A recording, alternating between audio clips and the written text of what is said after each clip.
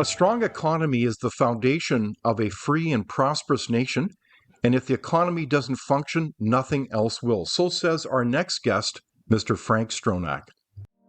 A clear path forward requires looking back and learning.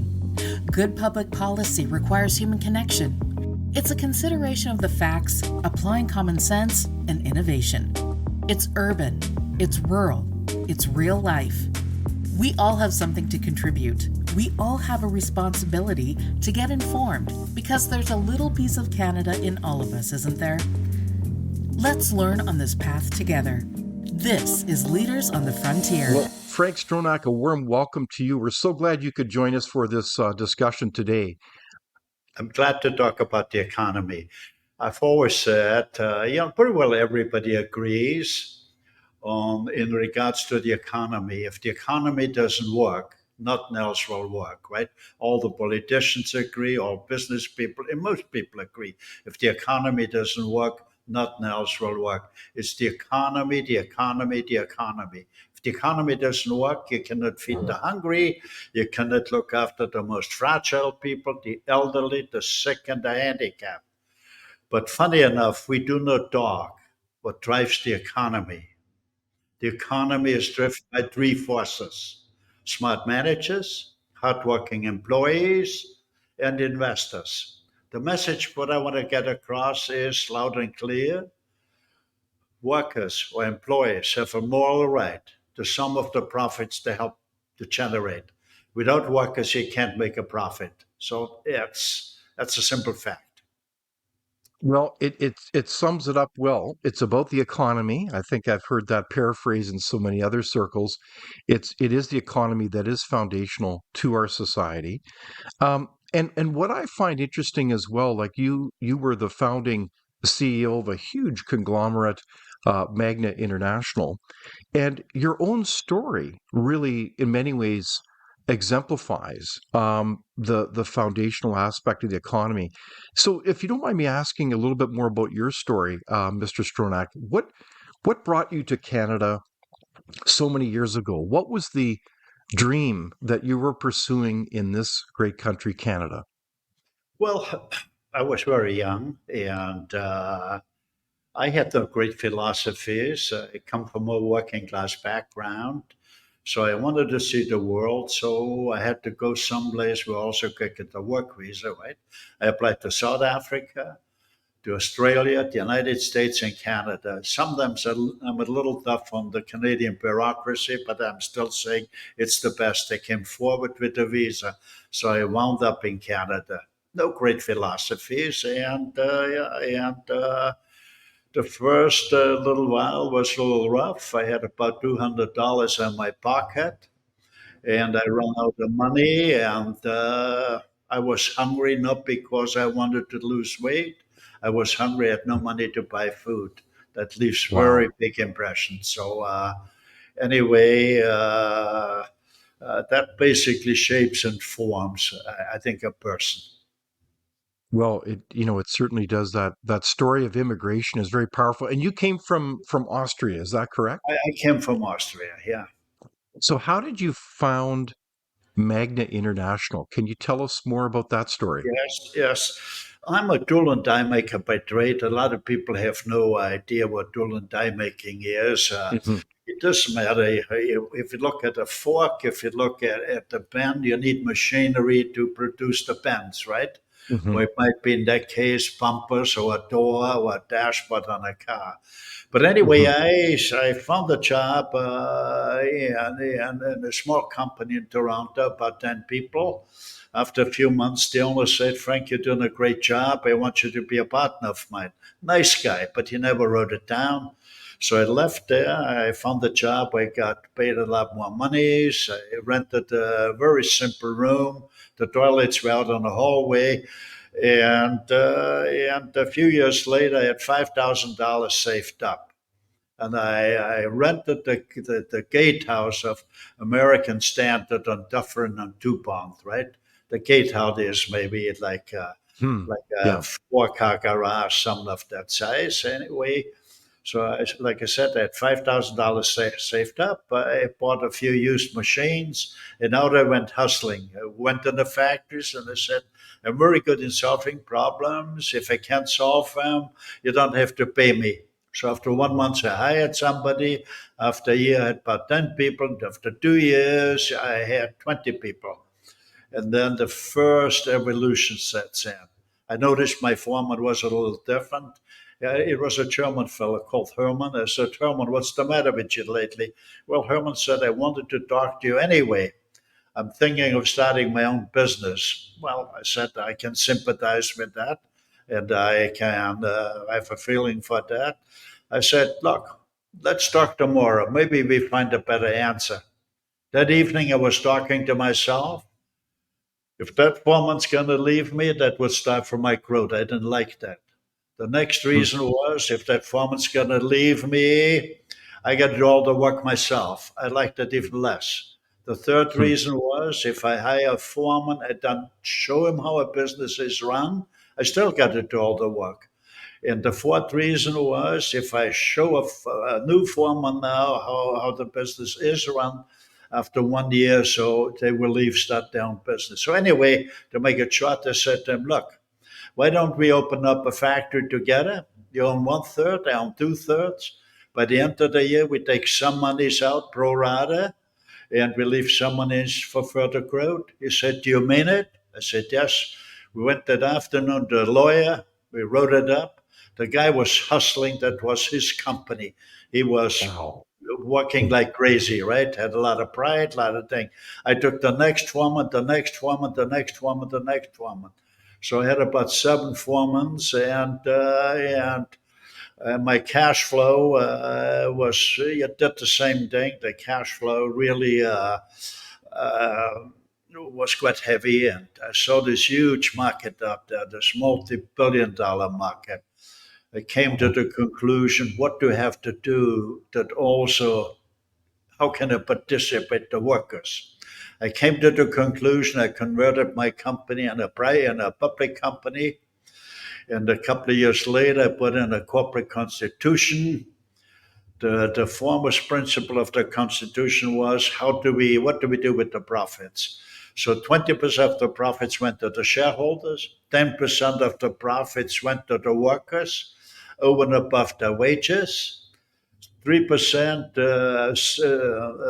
6% went to management, uh, uh, uh, 2% to charity, and 7% to research and development. When I put in the profit sharing program for the workers, a profit went up the first year 10%, the second year 100%, the third year 200%. When you get workers involved in tangible terms, because they're on the front line, you release an energy of untold proportions. They're on the front line, they know how to make things better.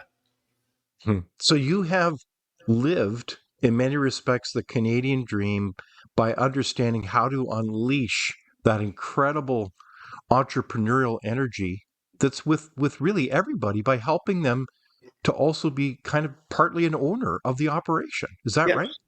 Well, basically, we all go to an evolutionary process when we look back. We had the caveman, then we had the hunter and the hunted, then we had the Hmm. kings and the servants, and now we go to a phase with the bosses and disgruntled employees. I Hmm. treated Yeah, my workers as partners, right? Every day I exactly. thought, what do we have to do that they respect me? Okay, Hmm. so I treated them as partners, right? And I created, by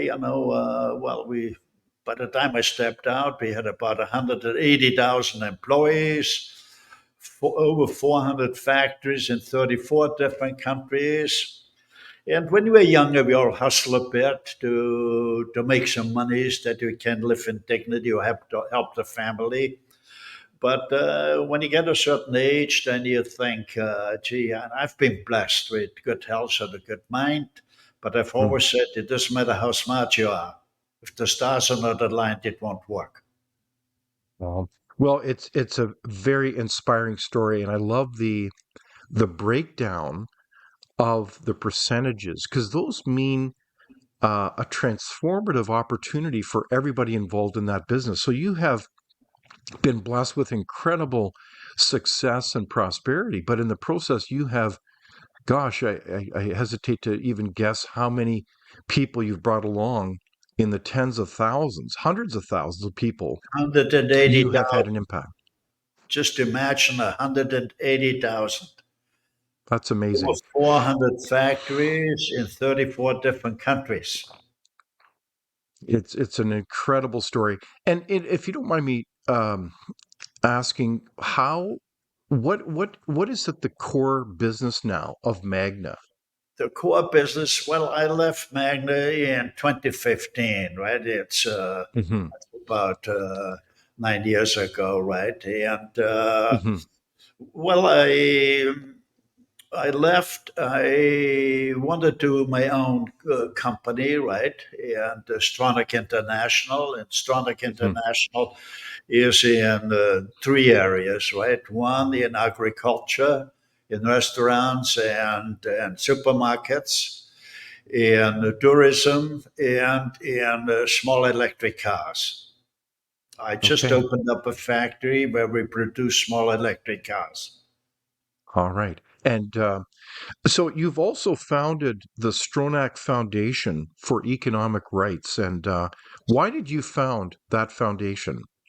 Well, this is a great country, right? I have accumulated a lot of experience via circumstances, right?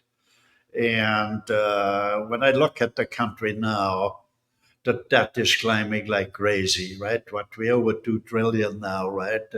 Our interest payments a day is already about 150 million a day just for the interest payments, and the bureaucracy, the bureaucracy is climbing. It's real crazy, right? I have a farm up here, right? For a farm, I built a greenhouse. For a greenhouse, you don't need a permit; you build it. But I wanted to put a farmer's market in front of the greenhouse. I'm waiting for 3 years now to get a permit. Huh? Three I can years. never build a Magna anymore because if you have a factory, you want to allocate, let's say, a toilet in another area. Gosh, you have to wait for a few months before you get a permit. Wow. So it's the bureaucracy has climbed like crazy. If you see Hmm. a new building going up, it's a warehouse, no more factories, right? So the inputs are climbing, the bureaucracy is climbing, and Hmm. that's climbing. A perfect scenario for a big explosion.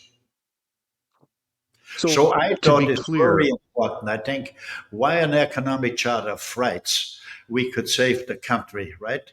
Because I developed a 7 point program which has nothing to do with politics. It's purely mhm, economic, and mhm, I think if we, I hope to create to create a grassroots movement, and to bring about change. Timing is important.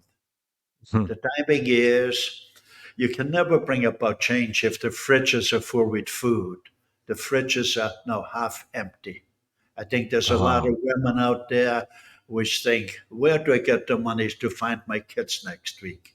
And so looking at the state of the country, you can see it not only in terms of the deficit spending. I think in this last budget, it's at $40 billion, But and all the our budget for the last 30 years, you have deficit spending. I think we had maybe 1 or 2 years where we maybe broke even or no deficit, right? But mhm, it doesn't matter with the liberals or the conservative. It's just deficit spending. You can't do mhm, that. But anyway, so I'm starting out to say the timing has to be right. And I think a lot of Canadians will be hurting. The fridges will be half empty. So the timing is to be mhm, right. And you need a constituency. The constituency would be small business. If mhm, small business is the backbone of a country, if small business does well, everybody else will do well in the country. So it's very important. But small business is tied up in red tape by the mhm, bureaucracy. So basically, I'm going to say to small business, if you unite, you will do very well. and the Hmm. country will do very well because you got to get rid of the red tape. There's only two rules will apply: workplace safety, and you cannot dump poison chemicals in your backyard. So that would be very important. But otherwise, small business, an owner or an entrepreneur which starts out, he only takes so much out that what his family needs to Hmm. live, right? Hmm. Before paying taxes, they rather hire another employee or buy another machine, right? And it's really via the employees the state accumulates tax monies. So, so it's very important. Small business shouldn't pay any business tax. A taxman has no business in a small business, but they pay a wage taxes, right? Okay, the more they hire, the more taxes the government will collect, right? So But if they would not have to pay a business tax, it's not much, but it's the Mhm. procedures, the rigmarole you have to go through. If small Hmm. business knows there's no business tax, they would just hire people and grow like crazy. I think that's a brilliant insight that small business in many respects is the heart of our economy and the heart of our society. And it Right. seems like there's a kind of a gang up by every level of government. I think you gave your own example of trying to set up a kind of a farmer's retail outlet on your own property that is strangling small business. And it's almost like we don't get it. We don't realize that we are killing our own economic future by killing small business. Is that You it? you said the same thing what I'm always saying. We're killing small business. It's the backbone. Why? They have a level playing field. Right Hmm. now, can you show I got a tax code behind me? I got to show what this Hmm. is. This tax code, there's thousands and thousands and Yeah. thousands of rules in there, right? Insane. Okay. And one rule or one paragraph is more convoluted than other. The reason why it's that way, you got special interest groups which get special treatment on taxes. Hmm.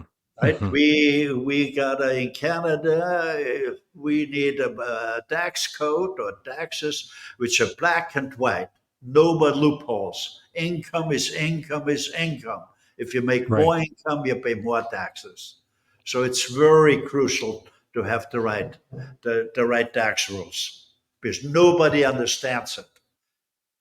So that is a recipe for disaster, isn't it, Frank? When we have a country where you can basically not turn around without somebody telling you you really can't do it. So, in this context, you have an international perspective. Where does Canada rank in terms of the ability to do business? Well, it's they're quite way back.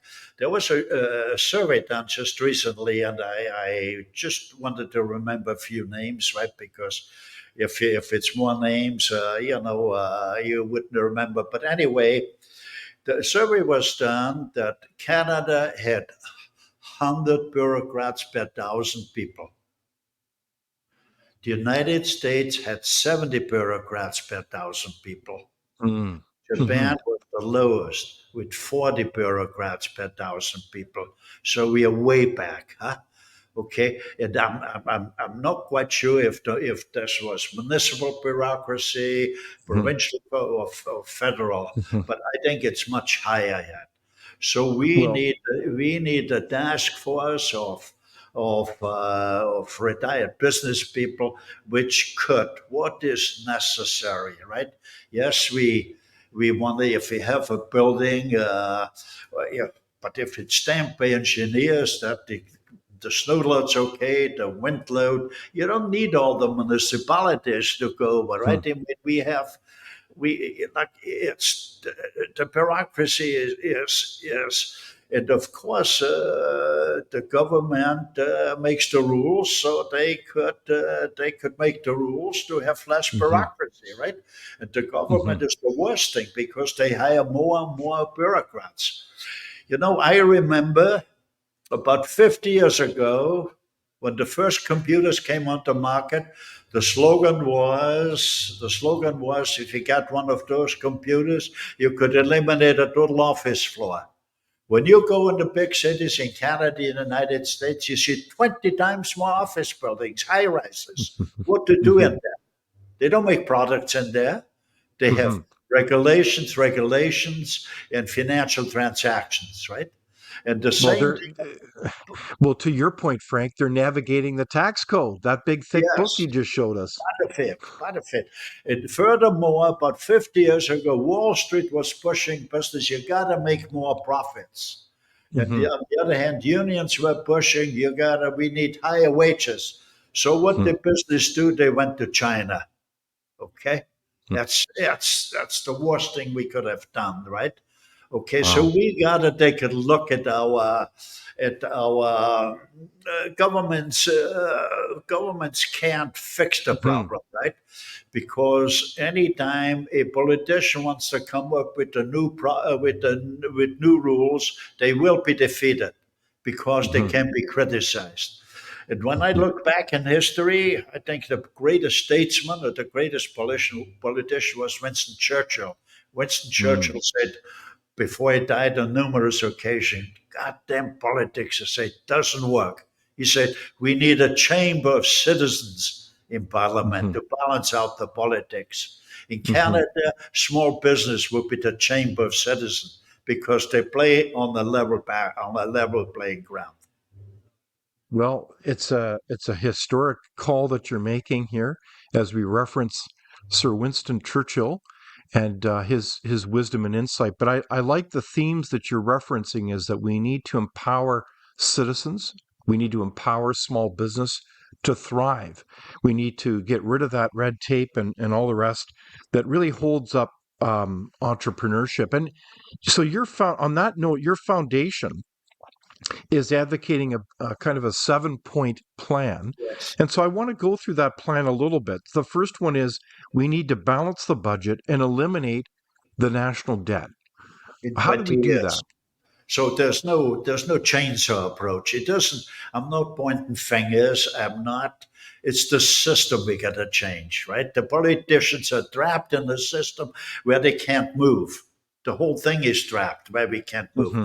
So I'm saying number one of the 7 point is we must eliminate the debt in 20 years. If we adopt an economic charter of rights where the employees can participate, we can wipe out the debt in a number of years. Okay, that's Okay, one. so Second more of is a an incremental approach where you'd say reduce the spending by 5 or 10% a year, something like yes, that. and the economic charter whereby workers can make more. They make more profits for the company. The taxes will Hmm. be higher because there'll be higher profits, right? Okay, so we got to reduce the debt in 20 years. Hmm. And I said as an example, if we have an economic charter of rights where workers can participate in the profits, we generate more monies, more profits. So Exactly. we can Yes. eliminate the debt.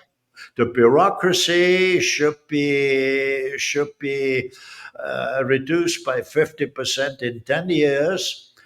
In a civilized society, I don't want to have scapegoats, right? Every citizen got a right Hmm. to find a job, whatever the openings are. So the Hmm. bureaucrats, I wouldn't blame it totally on them. It's the system. But anyway, Hmm. there'd be a hiring freeze. No bureaucrat would be fired, but there'd be a hiring freeze for 10 years. In 10 years, we have half the bureaucracy, but it still would be too high. It still be way too high. I would say when I started the Magna about 60 years ago, right, the bureaucracy, the municipality were helpful, right? Hmm. You had a permit within a week or 2 weeks, right? Okay. Here, when I built a new factory here where I going to produce the small electric cars, the factory was only half up. I got a bill in Hmm. the mail from the township, 1,900,000. So I called the township. What's that for? Well, that's that we allow you to build a factory in our township. Imagine that. Okay, we got haywire. Okay, so we got to get some common sense in the thing Hmm. and revitalize Canada, and we can do it. Indeed. with small business. So I said, number two is we reduce the bureaucracy 50% in 10 years. We number three is we have a clear-cut tax system, Hmm. black and white, where when you when you finish high school, you should be able to fill out your tax form, right? Number four, which is very important, we don't want to destroy free enterprise. So I divide companies below 300 people as small business and large company above 300 employees. Small business, they have pure free enterprise. If you as an owner, when you start out, if you're not close with your employees, you won't make it. You gotta pay the one which wins, the ones which work harder and smarter. You gotta pay more than others. So you gotta do it what you have to do, huh? Get the respect and inspire the employees. But when you get larger, usually the owners are not there anymore. Hmm. You got institutions running the place. They have no affinity for employees. This is where it kicks in. You got to share.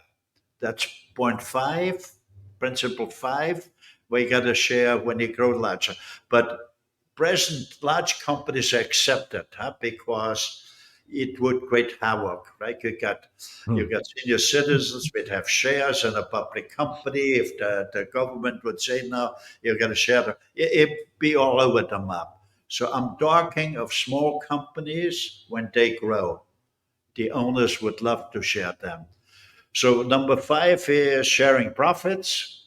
Number six, high school should start at grade 10.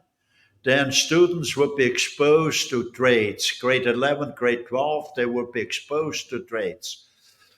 Look, the grown-ups, our responsibility is to bring knowledge to young people, right? So it'd be a win for the students because they'd be exposed to new knowledge, how to make things. And if you still want to go to university, fine, no, but you might have an affinity. You might like the trades. I mean, the highest paid people at Magna were the tradesmen, the tool and die maker. Okay. So they were, so a lot of people would like to do that, right? And Hmm. so you still can't go to university if you want to. So point seven now would be no Canadian kid should go to school hungry. That means breakfast got to be served.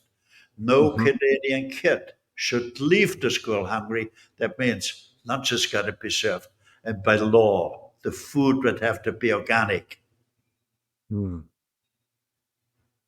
So that is a very ambitious program as you think about going from balancing the budget to reducing government and overhead, simplifying our tax system, enhancing free enterprise, sharing the profits, changing our education system to tilt towards the trades and away from universities, and of course, nutrition. So it's a I think, a very insightful program that you're advocating. And I think that one of the things that strikes me about it is that you're really turning the corner on a major challenge that faces our country, and that is Canada's productivity challenge. And I do have a clip here I did want to share with you and the audience to set the stage for our next conversation about productivity. With construction robots, Promise Robotics is at the crossroads of the housing crisis and AI and understands the value in investing in productivity. What's a dollar per square foot you spend? And like a holistic view and start to look at how this you can monetize over the years, then you've got a pretty good business case to be able to actually invest in your productivity. But many businesses are hesitant to invest, part of the complex web of declining productivity, with other factors including a large increase in immigration and global tensions. In Ontario now, people make the same as they make in Alabama. We're falling behind all G7 countries. We're falling behind the United States. And in Finland, they make the same as us. They work less. So they're working smarter. In an emergency, break the glass. Well, it's time to break the glass. That's the senior deputy governor of the Bank of Canada in a recent speech, talking about our productivity problem. To explain what it really means, Carolyn Rogers used a very Canadian analogy. The same number of workers working the same number of hours will clear more snow with solid shovels that don't break. They'll be even more productive if given snowblowers. But for the most cleared driveways, invest in snowplows. Budget 2024 promises about $7 billion to boost productivity, the bulk going to AI and research investments. But will it work? Entirely counterproductive to what they're trying to achieve. The business community is frustrated by the new capital gains tax increase because when there's investment hesitancy, new taxes don't help. The government disagrees. It will support investments in growth and productivity that will pay dividends for years to come. Surprised, curious, shocked, dismayed people are that they would choose to go down that path. It's not helpful to necessarily see capital gains taxation at this exact moment. With some economists, too, questioning the timing of a new tax increase in an era of lagging productivity. Abigail Beeman, Global News, Ottawa. So I know, Frank, you are very concerned about Canada's productivity. That was certainly one take on the issue, and it's pretty involved. But do you see any hope with the 2024 budget? Is that going to address productivity, or is it going to make it even worse? Politics can't fix it. Politicians are trapped in a system, right? So I'm basically, we got 338 political ridings for the federal parliament, right? So basically, I like to see small business having a chapter in every riding, a board, and with members. And for a politician to be elected, the economic charter would have to be part of the Constitution. Mm-hmm. That's the only way out to get Canada back on the solid economic foundation. So those 7 principles got nothing to do with politics, but it's a must to straighten out the economy. Okay, I agree with you. However, is the challenge, though, an ideological divide? When you think of the Charter of Rights and Freedoms, when it was adopted back in 1982, one of the big issues that was left out of it, a significant hole, I would suggest, is there was no assertion of property rights, and they are foundational to any free and democratic society. Now, we have a long tradition of property rights, but that was excluded. And it's almost like we have an ideological divide where we have people that don't value property rights. Is that part of the problem, though, that we face in this country? It's a philosophical divide and it's an economic divide because let's take a look at the facts, right? They have more statistics in the United States, maybe than Canada, but in proportion, Canada is reasonable the same. But in the United States, 1% of the people hold about 50% of all the wealth. This should tell you this is the big divide between the very rich and the working class. And that can go on forever. So what we have, the world has always been dominated by the golden rule. The people which have the gold, the money make the rule. I don't want to be ruled by anyone. If I feel that strong, I should not be able to rule somebody either.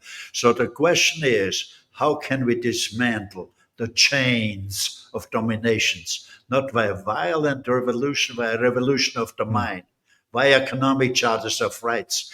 Look, it makes so much economic sense. Like without workers, you can't make a profit. So what's wrong if the workers are a percentage?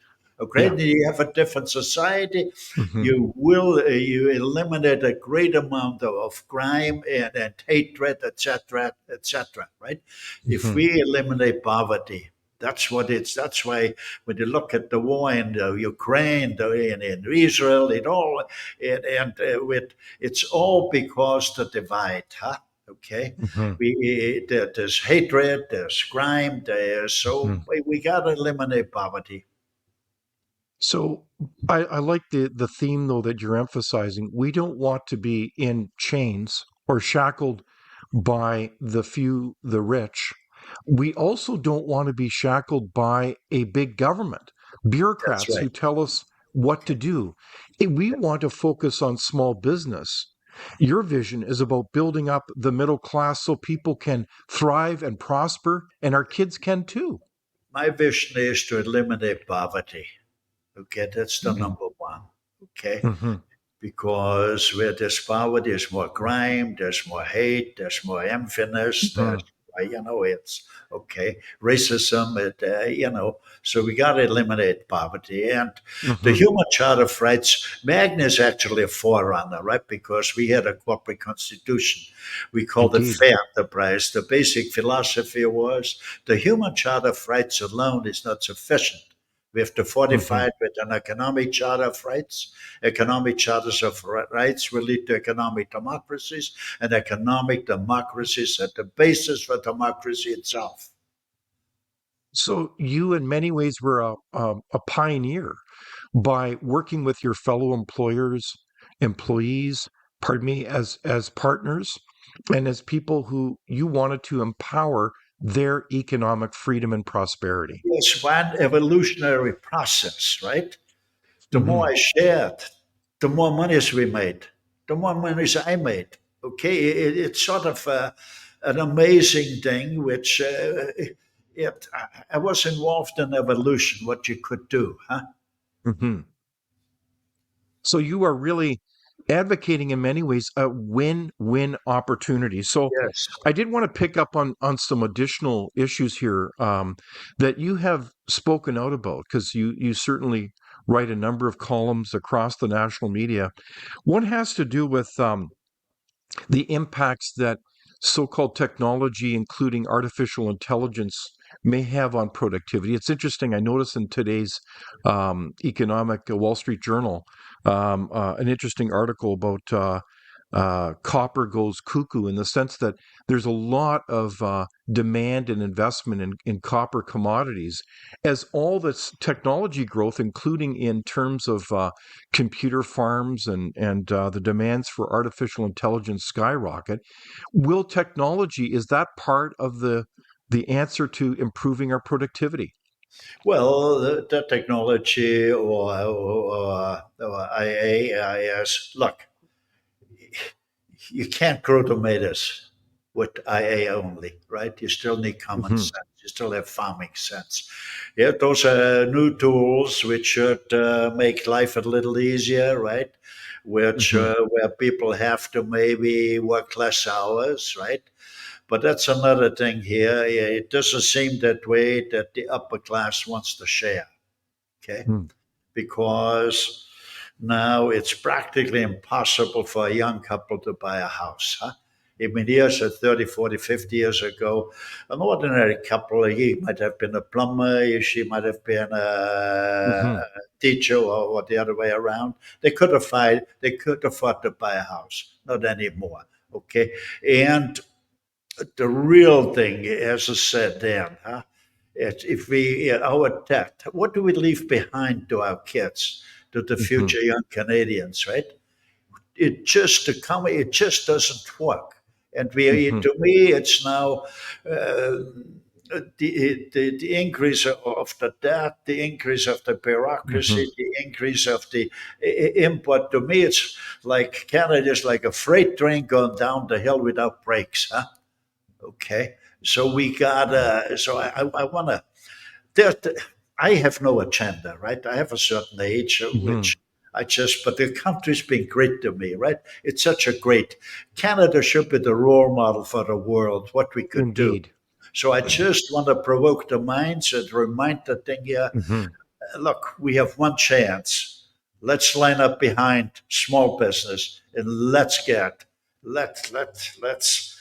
build things in Canada again. Right on.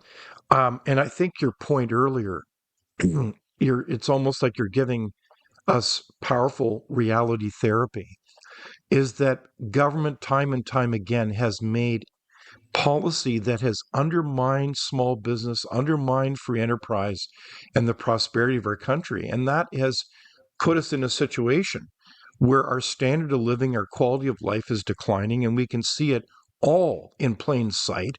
Whether people can't find a house, they see all kinds of people dying on the streets that are homeless. I mean, they see energy costs spiraling out of control. You have a situation where we have a federal government whose primary mission is to put oil and gas, the industry in our country, out of business. Does that make sense to you? Well, funny thing, oil and gas, they get a lot of subsidies. We're Mm. subsidizing the greenhouse gases. Okay. Hmm. When you think, I've gotten into the agriculture, right? The more I got into the agriculture, the more I could see this huge chemical jungle. And then 95% of all the foods eaten comes from industrial farms. On Hmm. industrial farms, you see no more eagles fly. Why? We Hmm. poison everything with fungicide and pesticides. There's no more Hmm. rabbits. There's no more pheasants. So we poison everything. All our kids have allergies. Stage 2 diabetics is enormously on the rise. So is autism. Okay, we have major problems. Politics can't fix it. Hmm. But in this case, we have a situation where in all the climate change modeling, we have a 1 degree difference in temperature over 80 years. We have a situation where taxing carbon dioxide, which is critical for growing agriculture, including in greenhouses. Does that make any sense? Well, yeah, I think we nature can take care of itself, right? I Hmm. mean, the large industrial farms where you grow maybe 500 acres or 1,000 acres of one crop, there's no biodiversity. Okay, so we have to, look, we cannot be God, huh? Okay. Hmm. Problem is when human beings think that they are smarter than God, right? I'm not overly religious. I believe in Hmm. the higher being, okay?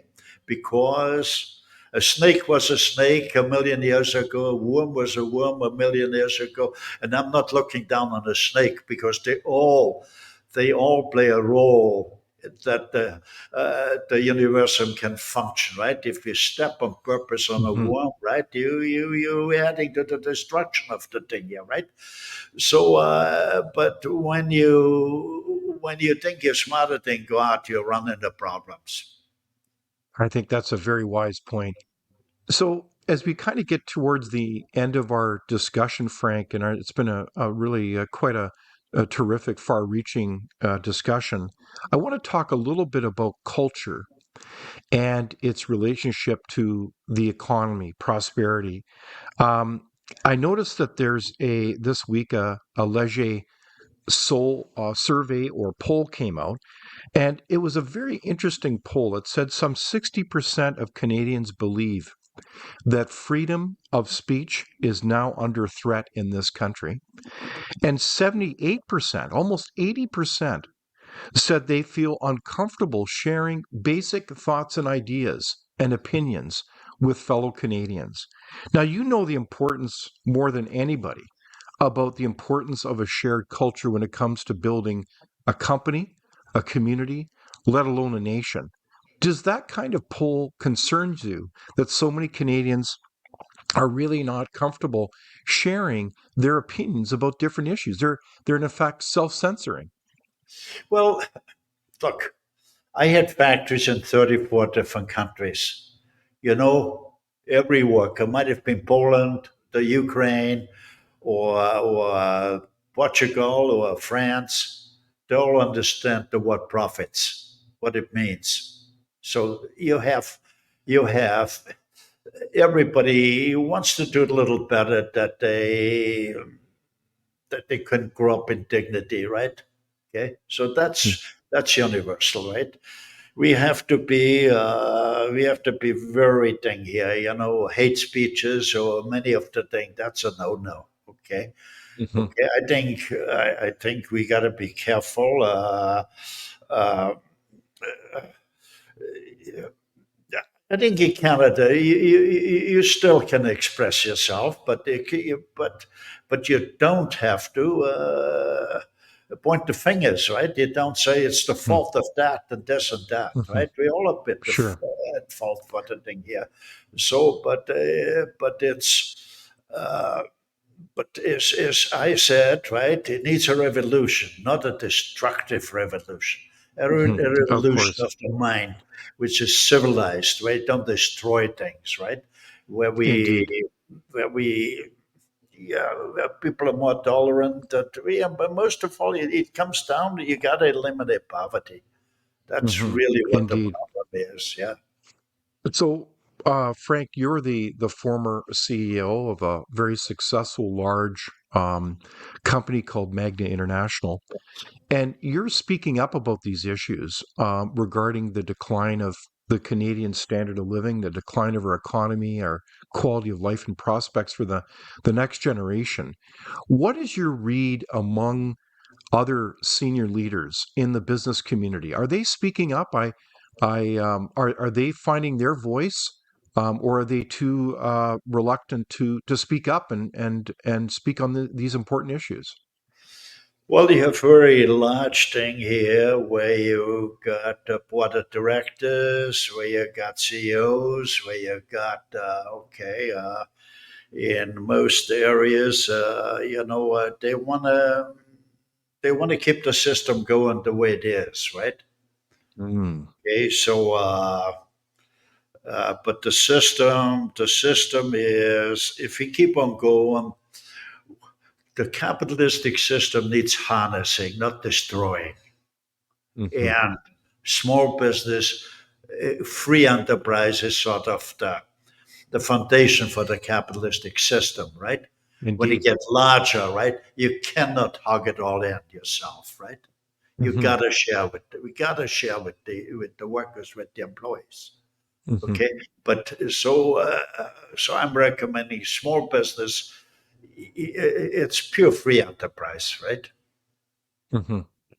Well, I certainly do appreciate your articulation of how we can renew the Canadian dream. And I very much appreciate you joining us here today, Frank. And so, one final question would be, how do we encourage action among citizens? How can they help renew this country and the Canadian dream?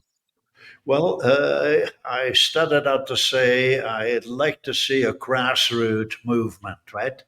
And you Hmm. need a constituency. Like small business, they're a little step up over there, right? I mean, it takes a little guts to go out and Hmm. to you. So I think that's the constituency. That's been the backbone, right? And we just we just gotta get them united, and say, look, you can save Canada. You save your own business. At the same time, you save Canada and make life much better for everybody else. It's the small business. Oh, and over. We gotta get them.